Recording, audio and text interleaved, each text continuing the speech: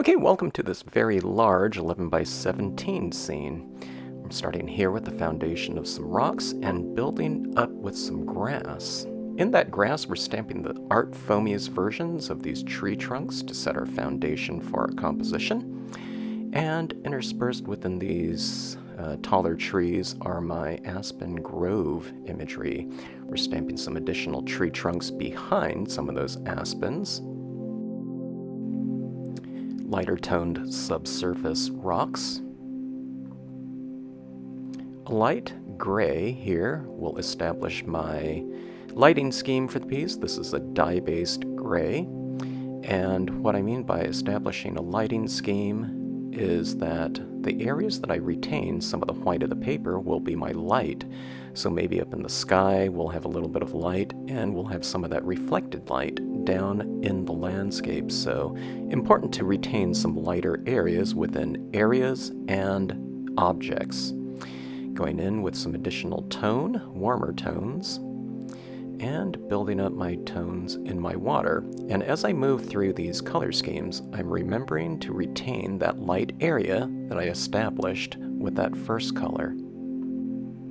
Building upon those dye-based inks will be some alcohol inks, and alcohol markers are a really great way to add color to specific areas.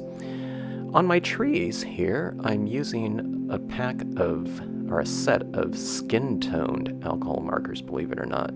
But those skin-tone markers are kind of designed to blend with one another and to give a really warm type of surface. So look how rich those trees become with these markers right here. Going back into my rocks and establishing more kind of detailed shadow areas, going into my water, establishing kind of a richer blue tone scheme, and going into some areas with some colored pencils here that the markers and the dye-based inks couldn't get in. Acrylic markers make their debut here within the scene, and these markers are the things that are going to give this piece the shimmer that those autumn leaves really need. So I'm going to be working through a range of tones from oranges into yellows and eventually white. I build it from kind of the darker colors to the lighter colors. So with the dye-based inks and alcohol inks on the different objects, I usually go from light to dark, but with the more opaque style of acrylic markers, I work from dark to light so that the lighter touches and applications are more on the surface. Okay, establishing some forms within those spaces with the white marker, and getting some little details onto my trees with some additional marks. Building up my tones even more so with the alcohol. More textures with some additional grays in my rocks, and more paint pen work.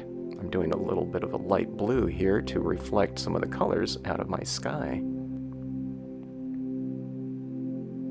Adding some of that blue down into the landscape, into the grassy areas, and going to white to create maximum contrast.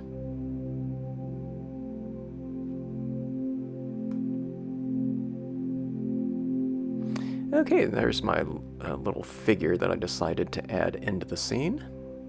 But before I add her in, I'm going to add some additional texturing. And here's some actual fish underneath the water. I'm stamping them out fairly light in value. Here's a little bit of a darker one so that it stands out a little bit more. And adding in some additional foreground depth with some dark imagery. I'm stamping this in a StazOn black so that it adheres to all of those other types of media that were already laid down. Adding in some additional shimmer with my paint pens down here in the foreground. A little bit more orange to match the background colors.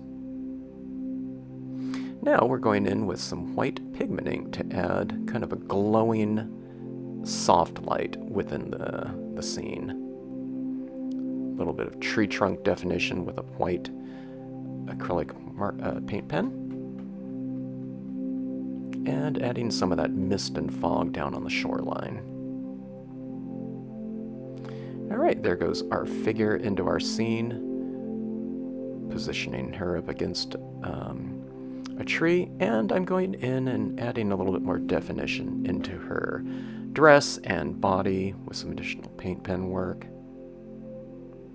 Some more shadows. She's a little bit purple, of course, well, her dress is, so I'm adding some purple tones into the shadow areas of my rocks, and I'll do that on the trees as well to bring a little bit more color continuity into the piece.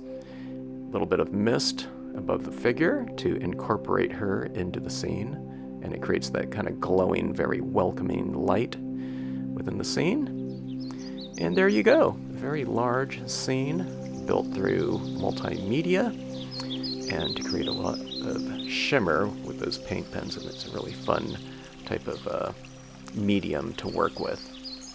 Thanks so much for watching. Hope you enjoyed the scene, and thanks as always for tuning into the Stampscapes channel.